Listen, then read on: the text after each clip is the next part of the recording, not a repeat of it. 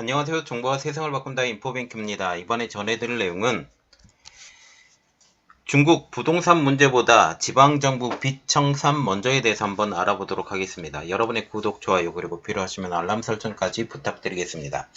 지금 중국의 부동산 문제가 굉장히 심하죠. GDP의 30%를 차지하고 있기 때문이죠. 그런데 지금 중국과 같은 경우는 부동산 문제 해결보다 이 부동산에 잠겨져 있는 돈, 즉 숨겨져 있는 LGFV라고 지금 얘기가 나오는데 LG Local Government Freight Vehicle 이라고 지금 Financial Vehicle이라고 지금 얘기를 하는데 이것을 어떻게 하면 줄여버릴까라고 생각을 하고 있다고 지금 얘기가 나오고 있습니다.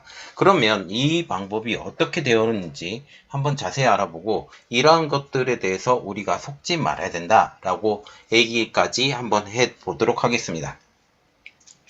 자, 지금 보시면 부동산 문제보다 지방정부 빚을 더 신경 쓰는 중국에 대해서 우리가 알아봐야 되는데 현재 중국의 경제는 최악입니다. 여러 가지 문제가 있죠.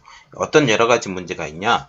FTI도 감소하고 수출 감소, 수익 감소, 부동산 하락, 청년 실업 상승, 그리고 노령화 등 모든 문제가 다 겹치고 있습니다. 이전에 다 제가 얘기를 해드렸기 때문에 그 내용은 거기서 한번 확인해 주시고요.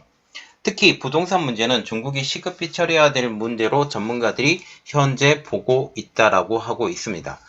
왜냐하면 여기에 들어간 돈이 너무 많이 있고 이것을 어떻게 처리하는지 우리가 봐야 되겠다라고 지금 얘기를 하고 있는 거죠. 그러나 중국이 바라는 것은 공산당으로 생각되는 정치 안정. 어떻게 하면 인민들을 두들겨 패서 이 공산당이 순응하게 만들 건지 지금 생각을 하고 있다라는 거죠. 이를 위해 중국 공산당이 보고 있는 것은 부동산의 문제를 해결하는 것보다 지방정부의 안정화에 더 힘을 쓴다라는 것입니다. 특히 부동산이나 인프라 투자 등을 중단시켜 채무를 청산하겠다는 소식까지 나오고 있습니다. 좀 이해가 안 되는 부분이죠. 어떻게 부동산이나 인프라를 만드는 것 자체 이미 하고 있는 것 자체를 그리고 만들어진 것들은 어쩔 수 없지만 하고 있는 것 자체를 중단을 시킨다. 그래서 더 이상 들어가는 돈을 없게 만들어서 이 채무를 어떻게 해서든지 수면 위로 끌어올려서 완전 채무 종식 이렇게 하고 있다는 거죠. 결국 깜깜이를 통해서 한다. 그리고 인민폐를 완전히 찍어내서 이렇게 만들어 보겠다라고 그렇게 생각을 할 수밖에 없는 상황이죠. 자, 그래서 이번에 알아볼 내용은 중국 부동산 문제보다 지방정부 빚 청산 먼저입니다. 지금 중국과 같은 경우는 부동산을 비롯한 여러 가지 문제가 산적해 있죠. 자, 지금 비구이 위안을 보면 디폴트 위기에 몰린 대기업이라고 지금 알려지고 있는데 이것이 어떻게 하느냐? 1일날 보면 채권단의 표결을 통해서 39억 4천만 위안, 한국 돈으로 약 7,152억 원의 위안화 채권 상환기한을 2026년까지 연장을 합니다. 그리고 5일날은 2,250만 달러, 약 300억 원에 달하는 달러화 채권을 지급을 하며 급한 불을 껐습니다. 자, 이 비구이 위안을 처리하는 방식을 두 가지로 우리가 봐야 되는데 어떤 방식이냐? 위안화 채권과 달러화 채권이 다르게 움직인다라는 사실이죠. 위안화 채권. 자, 1일날 나왔습니다. 1일날 위안화 채권에 대해서 이야기를 하는데 상환기한을 연장을 시켜버려요. 상환기한을 연장을 시키면서 어떤 일이 벌어지냐? 상환기한을 연장을 시키면서 2026년까지 상환기한 연장시키면서 이것에 대한 문제를 해결시켜버립니다. 중국 내에서 위안화를 찍어내죠. 그냥 정부의 힘으로 찍어 눌렀습니다. 그리고 두 번째, 달러화 채권은 외국에서 들어오는 자금들이에요. 외국에서 들어온 자금들은 얄짝 없습니다. 무조건 다 갚아야 돼요. 갚아야 되는 것들은 다 갚는다. 그러나 위안화 채권들이 훨씬 더 많죠. 금액을 보면 지금 달러화 채권 같은 경우는 300억 그리고 위안화 채권은 7,152억인데 훨씬 더 많은 위안화 채권은 그냥 중국 정부의 힘으로 찍어 누르는 현 상황을 볼 수가 있다라는 거죠. 그럼에도 불구하고 문제는 채권단의 결정과는 무관하게 비구이 위안의 주택을 구매한 자들의 불만은 아직까지 해소가 되지 않습니다. 이것을 샀던 사람들이죠. 소셜미디어에서는 이런 말이 나오고 있습니다. 내 돈 주고 산 내 집을 왜 입주할 수가 없느냐 라는 구매자들의 항의 영상들이 잇따르고 있다고 지금 전해지고 있습니다. 현재 여러가지 문제로 중국이 경제 위기가 되죠. 지금 미국의 대표적으로 지금 쓰는 정책이 뭐예요? 디커플링, 디리스킹, 프렌드 쇼링, 리쇼링 이런 얘기가 계속 나오고 있죠. 이런 이야기가 나오면서 중국은 갈리파고스 섬처럼 지금 동떨어져 있습니다. 동떨어져 있고 그러면서 외부와의 소통이 전혀 되지 않는 현 상황이 되죠. 그래서 경제 위기가 어떤 것들이 오는지 조금 더 보도록 하겠습니다. 부동산 분야의 대기업들은 채무 불이행을 했습니다. 아까 하는 방법은 두 가지죠. 위안화 채권과 달러화 채권이 따로따로 움직이는데 위안화 채권은 중국 정부의 힘으로 발로 콱 눌러버리고 무조건 연장 이렇게 하는 거고 달러화 채권은 무조건 갚는다. 이러한 상황으로 나오는 거죠. 이전에 칭화유니그룹에서 문제가 생겼었는데 칭화유니도 마찬가지예요. 칭화유니가 위안화 채권과 같은 경우는 무조건 연장 그리고 달러 채권은 무조건 갚는다. 그래서 결국 부도 처리 안 됐어요. 채무 불이행 안 됐습니다. 결국. 그리고 두 번째 지방은행입니다. 별다른 이유 없이 이용객의 계좌를 동결해 버립니다. 이게 가능한 가장 큰 이유는 중국 내에 있는 인민들이라는 사실이죠. 인민들은 그냥 개 취급을 한다는 사실입니다. 이 개 취급을 하면서 너희들이 아무리 떠들어봐라 우리가 듣느냐 이렇게 얘기를 한다는 거죠. 그러면서 조건을 까다롭게 해 예금 인출도 현재 막고 있는 것이 바로 현재의 중국이라는 사실입니다. 그리고 세 번째, 청년의 실업률. 사상 최고를 연속 갱신해서 발표를 중단했고 실질적인 청년 실업률이 50%가 넘어간다라는 말이 나오고 있습니다.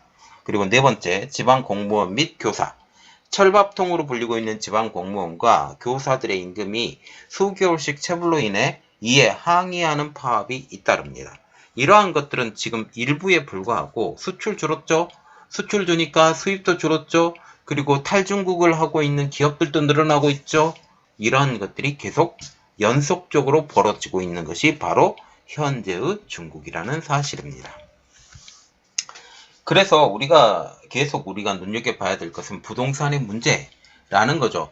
부동산의 문제는 지금 이전에 제가 영상을 올려드렸을 때도 이런 말을 한 적이 있어요. 어떤 말을 했냐면 LGFV, Local Government Finance Vehicle 이것이 결국은 잘 드러나지 않을 것이다.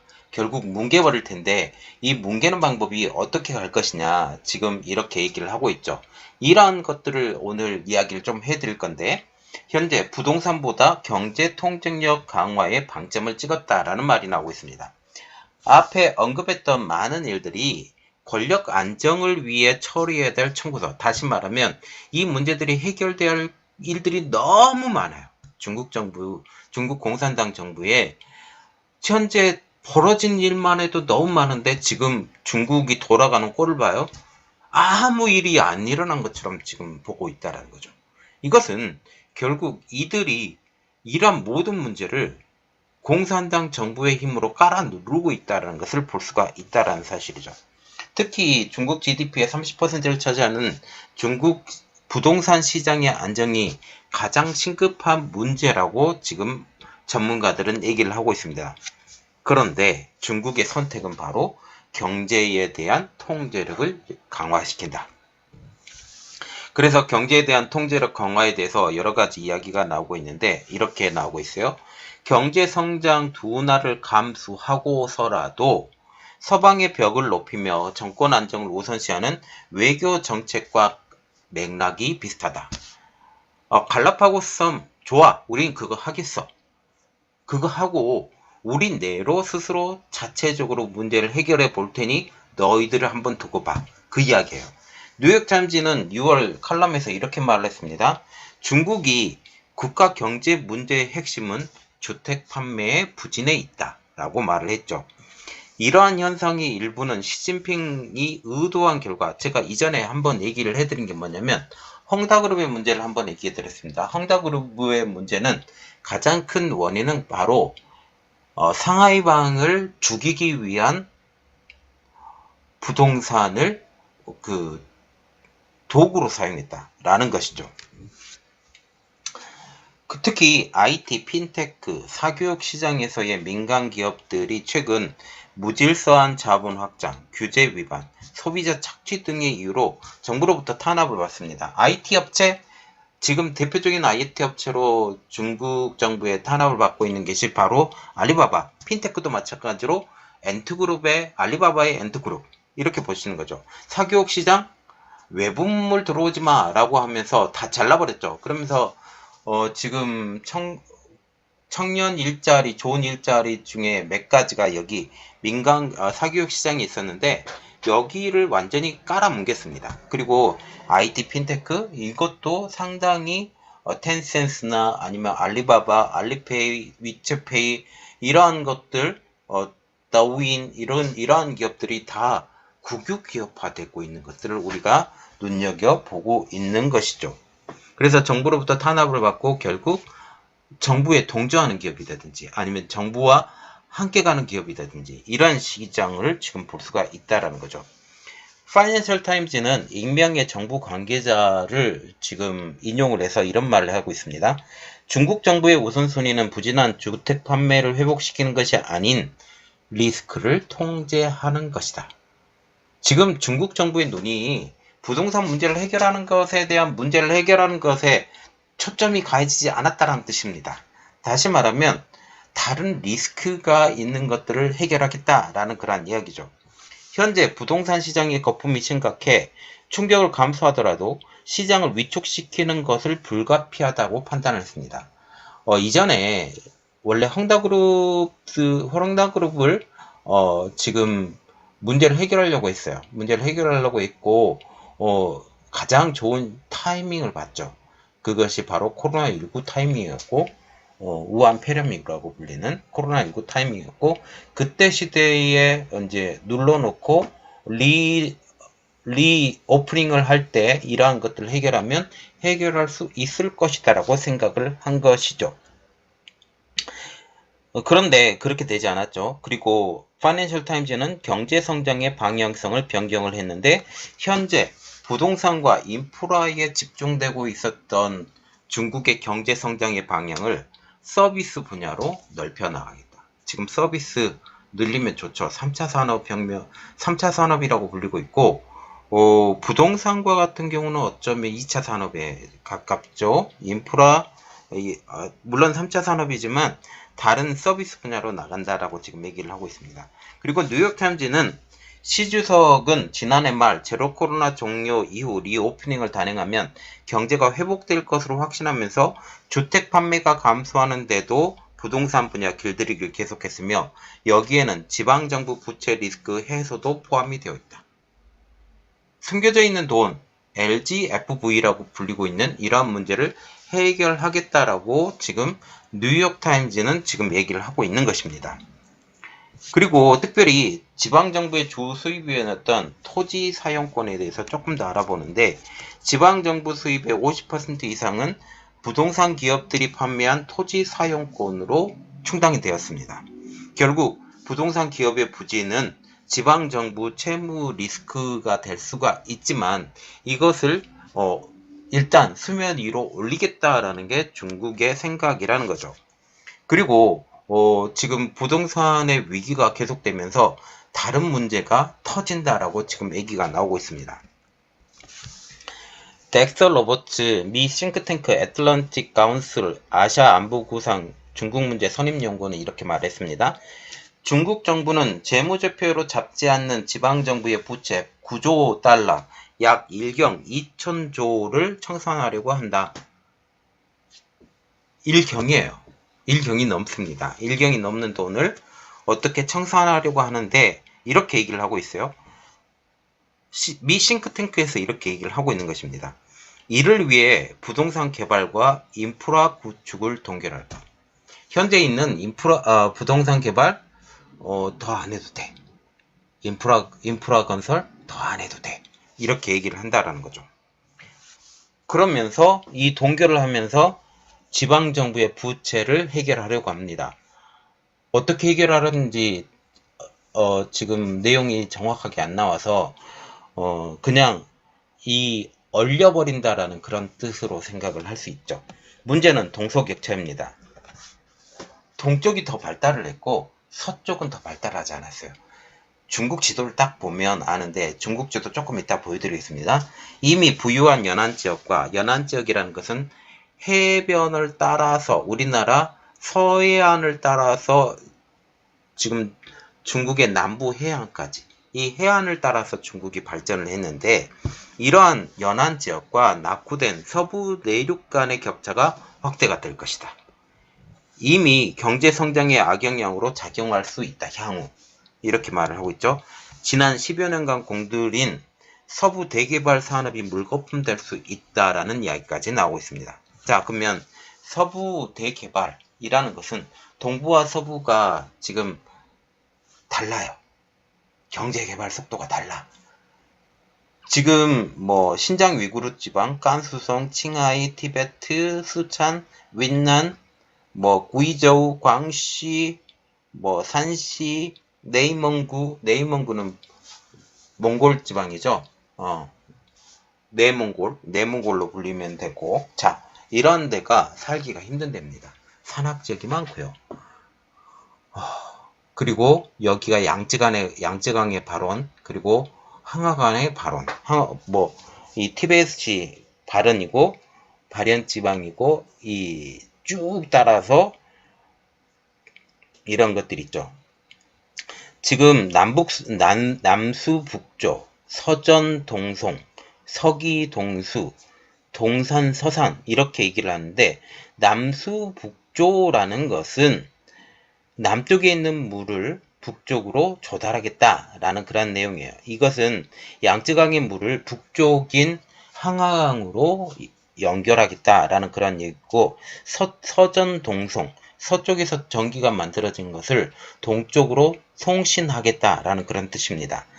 서기동수라는 것은 이 파이프라인을 통해서 지금 대개발을 하겠다라는 그런 얘기고요. 그리고 동수서산, 여기는 컴퓨팅 허브를 이 동쪽에 이제 구축하겠다 그런 이야기입니다. 그리고 서부 지도하고 동부 지도를 이렇게 보시게 되면 네이멍구나 아니면 낭사, 신사, 충칭, 구이저우 이러한 쪽 이렇게 나왔다라고 지금 볼 수가 있습니다. 서부 대개발의 의의를 보면 수출 주도형에서 내수 확대형으로 전환을 하고 신형 도시화를 통해서 3억에서 4억 명의 추가 내수를 창출한다. 다시 말하면 내수를 늘리기 위해서 이러한 이쪽으로 인프라를 더 구축하겠다. 이러한 이야기예요. 그런데 인프라 구축이 안 되고 건설이 안 되면 이쪽에 발전을 할 가능성이 떨어진다라는 그런 이야기입니다. 지금 마이클 패티스 카네기 평화재단 선임연구원은 이렇게 말했습니다. 중국이 경제 침체기 동안 부채 처리를 착수하면서 발전된 지역과 낙후된 지역 간의 격차가 더욱더 커질 것. 비구 위안의 2250만 달러의 채권 상환에 대해서도 이렇게 언급을 했는데 어떤 이야기냐? 채무 불이행을 막기 위한 것이지 부동산 시장을 살리기 위한 조치가 아니다라고 얘기를 했습니다. 결국 비구 위안의 달러 채권 상환은 그냥 눈 가리고 아웅하는 식이에요. 여기가 파산하게 되면 이 모든 것들을 다 탈취할 수가 있어요. 외국 기업에서. 이것을 막기 위한 것이죠. 특별히 이러한 것들을 하게 되면서 인민들의 신뢰가 하락되고 있습니다. 우젠충 타이페이 해양과기대 교수님은 인민들이 경제적 어려움과 재정적 손실을 지속되면서 인내심이 약해지고 있다. 몇 년 전까지만 해도 조금 참아보자는 분위기였지만 지금은 민감하게 반응한다. 그 예를 지난 4일날 중국 최대 민영관리사인 중쯔그룹의 베이징 본사 앞에서의 시위로 지금 말을 하고 있는데 자회사인 부동산 신탁회사인 중룽투 국제 신탁 투자 상품에 투자한 사람들이 있는데 만기 후에도 회사 측이 약속한 원금과 이자를 돌려주지 않았고 미성원 금액은 약 3,500억 위안, 약 64조에 달하고 피해자는 15만 명에 달한다고 합니다. 이 시위 현장에 짧은 머리에 건장한 남성이 사람키보다 높은 흰색 판자를 들고 이들을 보이지 않게 했다라는 그런 내용이죠. 자, 이게 지금 현재 소셜미디어에서 돌아다니고 있는 그림인데 뭐예요? 이 머리가 빡빡 민 사람이 큰 보드판을 들고 사람들이 보이지 않게 하는 행동들을 볼 수가 있습니다. 현재 중국의 부동산 투자 상품에 묶인 금액은 약 543억 달러, 약 72조 원 규모가 관련 업체의 채무 불이행 위기에 처한 상황이죠. 이러한 상황에서도 중국 정부는 한국을 포함해 외국 기업의 중국에 대한 투자, 즉 FDI 투자를 진행하려고 합니다. 특히 부동산 분야에서도 이러한 투자를 받으려고 하는데 부동산 투자에 대해서는 심각하게 다시 한번 고려해 봐야 된다라는 그런 이야기가 나오고 있죠. 자, 우리가 봐야 될 것은 바로 이겁니다. 중국은 부동산은 그냥 뭉개고 지나갈 가능성이 높다. 이제 이 인프라 구축이 거의 대부분 어디에 돼 있었냐면 잘 살지 못하는 지역에 인프라 구축을 많이 시켰다라는 거죠. 여기를 발전시키기 위해서 그렇게 했었는데 이것을 중단시키고 또 잘 살지 못하는 지역, 뭐 3급 도시, 4급 도시, 2급 도시 이런 쪽으로 투자는 좀 더 어려워질 것이다. 1, 2급 도시만 지금 생각을 하고 있다 라고 보시면 되는 것입니다. 부동산 투자는 확실히 줄 거예요. 그리고 부동산의 부채는 중국 인민은행에서 발행한 이러한 것들을 가지고 지금 뭉개버릴 가능성이 높다라는 그런 얘기가 나오고 있습니다. 자, 이런 일이 정말 벌어지는지, 정말 벌어지게 되면 어떠한 형태로 세상에 드러나게 될지 한번 같이 지켜보도록 하겠습니다. 이번 내용은 여기까지 하겠습니다. 저희 내용이 여러분들에게 도움이 됐다고 생각을 하시면 구독, 좋아요, 그리고 필요하시면 알람 설정까지 부탁드리겠습니다. 감사합니다.